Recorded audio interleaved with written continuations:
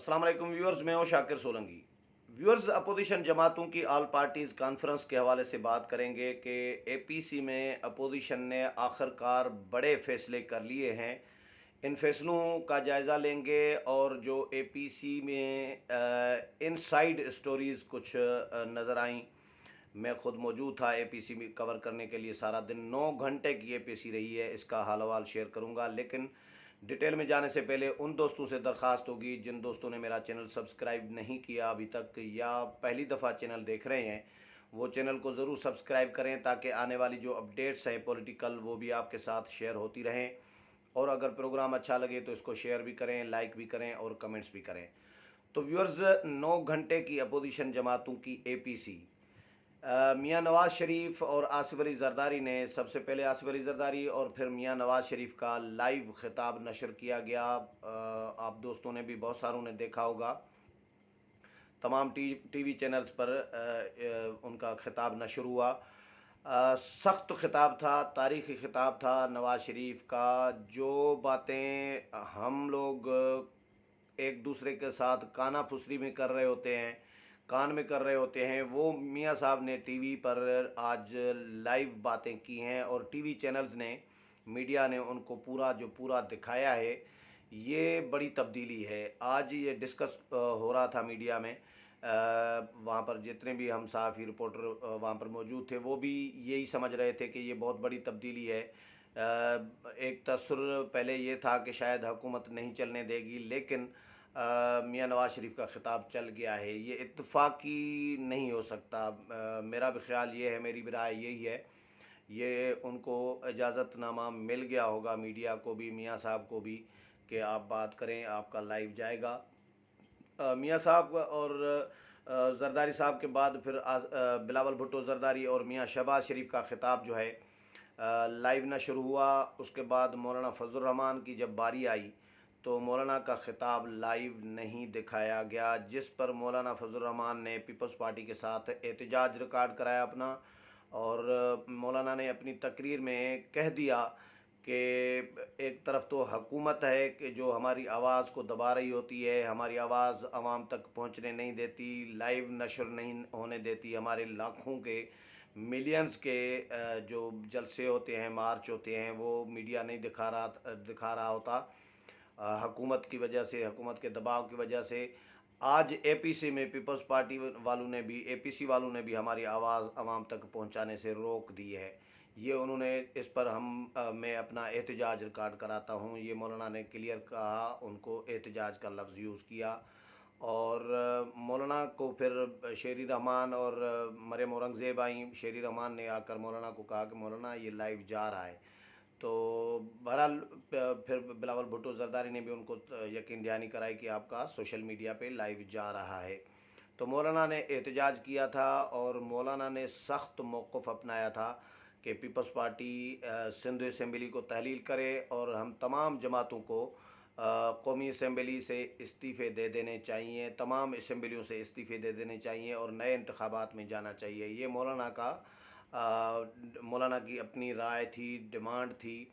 लेकिन इस पर इस्तीफ़ों के हवाले से तारीख़ तो क्लियर अनाउंस नहीं की गई, लेकिन इस्तीफ़ों का ऑप्शन तय कर लिया गया है कि इस्तीफ़े भी दिए जा सकते हैं, दिए जाएंगे मुनासिब वक्त आने पर। फ़िलहाल फ़ैसले एहतजाजी तहरीक के किए गए हैं। एक मूवमेंट के नाम से जो है पाकिस्तान डेमोक्रेटिक मूवमेंट के नाम से एक तहरीक कायम की गई है और इस तहरीक के प्लेटफार्म से एहतजाज किया जाएगा हुकूमत के ख़िलाफ़, हुकूमत को घर भेजने के लिए। अक्टूबर में पहला मरहला होगा, शुरू किया जाएगा एहतजाज का। मुल्क भर में चारों सूबों में एहतजाजी मुज़ाहरे किए जाएंगे, जलसे जुलूस किए जाएंगे और फिर दिसंबर में दूसरा मरहला होगा जो बहुत बड़े एहतजाजी जलसे किए जाएंगे चारों सूबों में। ये मौलाना फजल रहमान ने एपीसी के बाद ब्रीफिंग में जो बताया है। फिर जनवरी 2021 में ये कहा गया है कि हम जो है लॉन्ग मार्च इस्लामाबाद की तरफ लेकर आएंगे, इस तमाम जमातें। اور حکومت کو گھر بھیجنے کے لیے ہمارے پاس مختلف آپشنز ہیں۔ اس کے بعد تحریک عدم اعتماد کا بھی آپشن ہے اور استعفوں کا بھی آپشن ہے۔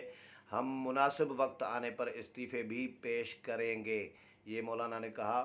لیکن استعفے کے حوالے سے مولانا کا جو خواہش تھی وہ سمجھ لے کہ کسی حد تک پوری ہوئی ہے۔ میاں نواز شریف کے ساتھ بھی دوران اے پی سی اطلاعات یہ ہیں کہ مولانا فضل الرحمان کی بات ہوئی اور میاں صاحب نے بھی پھر ایگری کیا ہے اس بات پہ، لیکن اپوزیشن نے یہ بڑے فیصلے کیے ہیں۔ اور اس کے علاوہ جو بریفنگ دی گئی 26 نکاتی ایک قرارداد تیار کی گئی ہے جو منظور کی گئی ہے، اس میں فری اینڈ فیئر الیکشن کے لیے ماحول سازگار کرنے کا مطالبہ کیا گیا ہے کہ آزاد اور شفاف غیر جانبدار انتخابات کرانے کے انتخابات کو یقینی بنایا جائے اور انتخابات سے پہلے انتخابی اصلاحات کو بھی یقینی بنایا جائے، اور جو فوج یا ایجنسیاں یا اداروں کی جو مداخلت ہے انتخابات میں وہ بند کر دینی چاہیے، وہ ختم ہونی چاہیے۔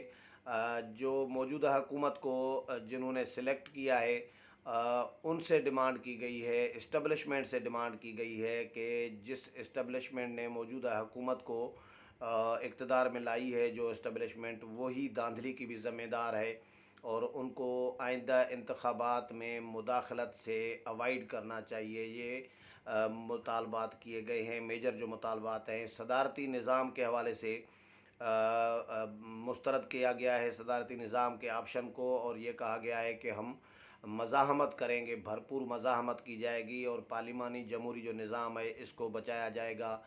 باقی اس کے علاوہ سیاسی قیدیوں کے حوالے سے مطالبات تھے کہ سیاسی قیدیوں کو فوری طور پر رہا کیا جائے، جن میں خورشید شاہ کا نام لیا گیا اور حمزہ شہباز کا، اور اس کے علاوہ وکلاء کے حوالے سے بھی کہ وکلاء نے جو اے پی سی کی تھی 3-4 دن پہلے، اس میں ان کی جو ججز کی تعیناتی کے حوالے سے جو شک تھی اعلامیے میں، اس کی مکمل طور پر حمایت کا اعلان کیا گیا ہے۔ اور ججز کے حوالے سے کہ حکومت ججز کے خلاف جو انتقامی کارروائیاں کر رہی ہوتی ہے، ججز کو ہراساں کر رہی ہوتی ہے، اس کو یہ سلسلہ بند کر دینا چاہیے، یہ بند کیا جائے۔ آغاز حقوق بلوچستان کے حوالے سے مطالبہ کیا گیا اس پر فوری طور پر عمل درآمد کیا جائے۔ لاپتہ افراد کے سلسلے میں یہ مطالبہ کیا گیا کہ لوگوں کو لاپتہ کرنے کا سلسلہ جو ہے وہ فوری طور پر بند کیا جائے، اور لوگ جو لاپتہ افراد ہیں ان کو عدالتوں کے سامنے ان کو چارج شیٹ کر کے عدالتوں کے سامنے پیش کیا جائے۔ سی پیک کے حوالے سے مطالبہ کیا گیا کہ سی پیک کا جو منصوبے ہیں سی پیک کے، ان پر کام تیز کیا جائے۔ تو اس طرح 26 نکاتی مطالبات ہیں، اور یہ بھی کہا گیا ہے کہ ایک کمیٹی قائم کی جائے گی استعفوں کے حوالے سے، جو ہے اپنے سفارشات دے گی، اس کے تحت جو ہے استعفوں کے حوالے سے مناسب وقت پر فیصلہ کیا جائے گا۔ اور میثاق پاکستان قائم کرنے کا بھی اعلان کیا گیا ہے کہ ایک میثاق پاکستان جو ہے چارٹر آف پاکستان قائم کیا جائے گا، جس میں پاکستان کو درپیش مسائل کی نشاندہی بھی کی جائے گی اور ان کے حل کے لیے بھی جدوجہد کی جائے گی۔ تو مجموعی طور پر جو خلاصہ ہے بریفنگ کا، جو اے پی سی کے اعلامیے کا اور ان کے فیصلوں کا، وہ یہی ہے۔ اس کے علاوہ ان سے سوالات بھی بہت سارے ہوئے کہ اعتماد کا جو فقدان ہے اپوزیشن جماعتوں کے درمیان میں، تو اس کا کیا بنے گا، کس طرح ایک دوسرے پر یقین آپ کریں گے، کس طرح ٹرسٹ کریں گے۔ تو اس کے لیے بھی انہوں نے یہ کہا ہے کہ اب ہم ٹرسٹ کریں گے۔ بلاول بھٹو زرداری کا کہنا تھا کہ پچھلی جو آزادی مارچ تھا پچھلی دفعہ مولانا فضل الرحمان نے وہ اکیلے کیا تھا، ہم اس فیصلے میں مولانا کے ساتھ نہیں تھے، ایگری نہیں کیا تھا ہم نے۔ اب ہم نے یہ متفقہ فیصلے کیے ہیں اور ان میں ہم ایک دوسرے کو دھوکہ نہیں دیں گے، ٹرسٹ خراب نہیں کریں گے، ہم ایک دوسرے کے ساتھ چلیں گے۔ تو یہ ہے اے پی سی کے اعلامیے کا خلاصہ کہ حکومت کو گھر بھیجنے پر تمام جماعتیں پرعزم ہیں اور احتجاجی تحریک شروع کرنے کا بھی اعلان کر دیا گیا ہے۔ امید ہے پروگرام پسند آیا ہوگا، اگلے پروگرام میں پھر ملاقات ہوگی، تب تک اجازت چاہتا ہوں، اللہ حافظ۔